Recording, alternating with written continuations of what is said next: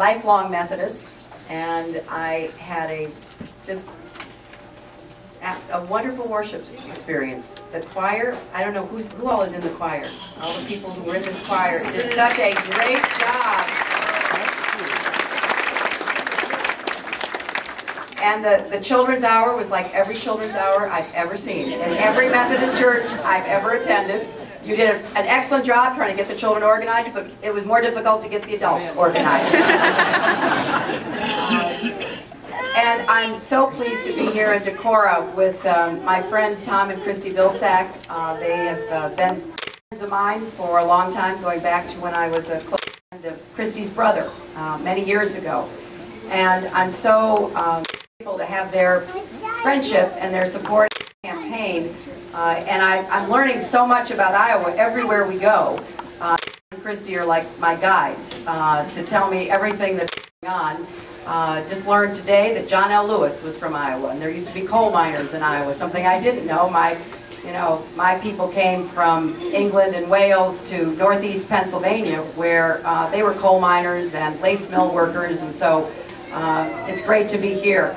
And I don't think Tom will get in trouble for saying it's a beautiful, beautiful part of Iowa. You know, I think it's especially appropriate that we would be here on Earth Day. You know, every day should be Earth Day, not just one day a year. And you know, I'll be leaving here to go to the college to have a conversation with Iowans, and one of the things we'll be talking about is, you know, our obligation to be good stewards of God's creation. And I think finally there is a critical mass of people who believe that, and who are willing to begin to act in that way. And there are so many things. I was thinking about the sermon this morning. There are so many ways us mice can make a difference when it comes to protecting our earth and preserving the beauty that we had very little to do in creating, and we've been the beneficiaries of. So I was talking to one young man here. There's so much we can do in energy efficiency and conservation. My late father used to go around turning off every light in every room. And we used to make fun of him, and now I find myself turning off every light as I leave every room. And if we all did more along the lines of making our homes and our businesses, our churches more energy efficient, it wouldn't all by itself stem the tide of global warming or reverse our dependence on foreign oil, but all of us together would make a significant impact, because if we all did more in conservation and efficiency in the use of energy, we would get about 30% of the way toward dealing with our dependence on foreign oil, and we would begin to see some, we hope, some reversals of the damage that's been done by the greenhouse gas emissions. You know, the work that Governor Vilsack did when he was your governor is really admired around our country. It's not only that, yes, it's not only the incredible contribution that Iowa is making to our advanced use of ethanol, but it's a lot of the other investments that he made. And I just hope to continue to partner with him and to have the chance to really see this begin to take hold around our nation. I am excited to be traveling around Iowa and to have this chance to visit with so many people. This is a very familiar setting for me.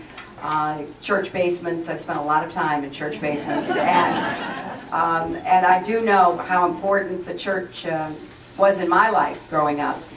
And you know, I'm asked all the time, sometimes by reporters, sometimes by citizens, you know, whether I'm a praying person or a person of faith, and I can honestly say I'm so grateful that I was raised in a family that was a family of faith, and where I was given the gift of prayer.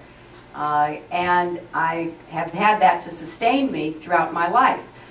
But I often add that if I had not been a praying person, within a week of being in the White House, I would have become a praying person. So I am very grateful to the Methodist Church and to the many people who are called to minister, and the many lay people who are part of the ministry of this church. Because I noticed in the bulletin that when you talk about ministers, it is really all of us. And I think the sermon today brought that point home. What each of us is called to do in our own way. to make a difference in our own lives and the lives of our families, our neighbors, our larger community, and the world. And I want to thank John for greeting me when I came in, and in a very profound way, reminding me of all the work there is for our country to do around the world. We have so much work, and we're going to be starting at a deficit when finally this current administration ends, because we have alienated so much of the world and we have ignored and denied so many of the problems we have.